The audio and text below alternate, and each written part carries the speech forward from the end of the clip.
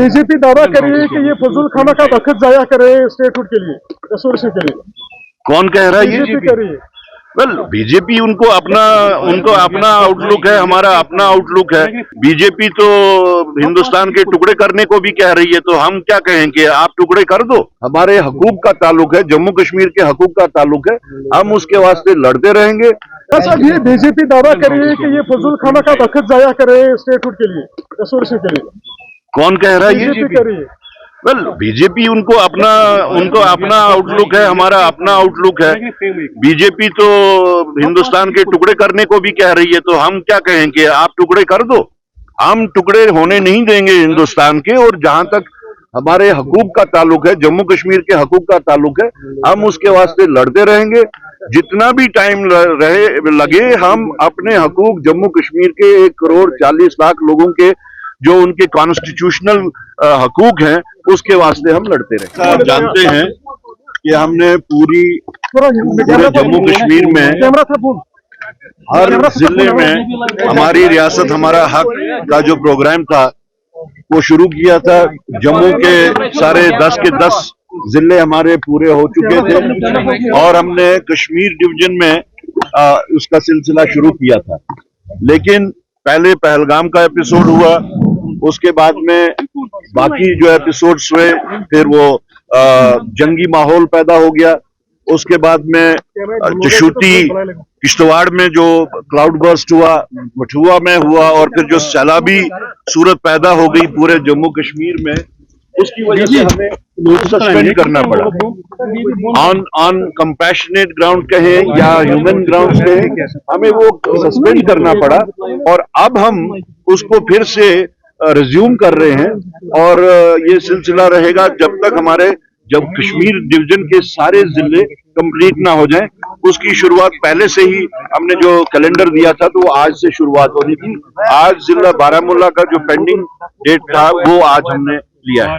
साहब, जो एमसी ने बोला कि अगर अनाउंस करेगी कैंडिडेट, तो हम उनको सपोर्ट करेंगे। उन्होंने कहा तो है, लेकिन we have put up the case before अपनी जो सेंट्रल हाई कमांड जो है उनके सामने, and we are waiting for their response. नहीं, देखिए, I have submitted my report to the central leadership, and they are visualising it. I mean, all the options are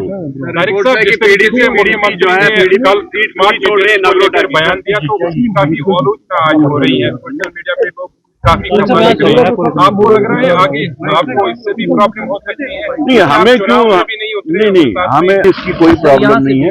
that was not in our manifesto, that was in the manifesto of National Conference. So it is for them to explain कि पहले की situation में क्या उन्होंने बोला, और दूसरी situation जो आज की है उसमें वो क्या कह रहे हैं।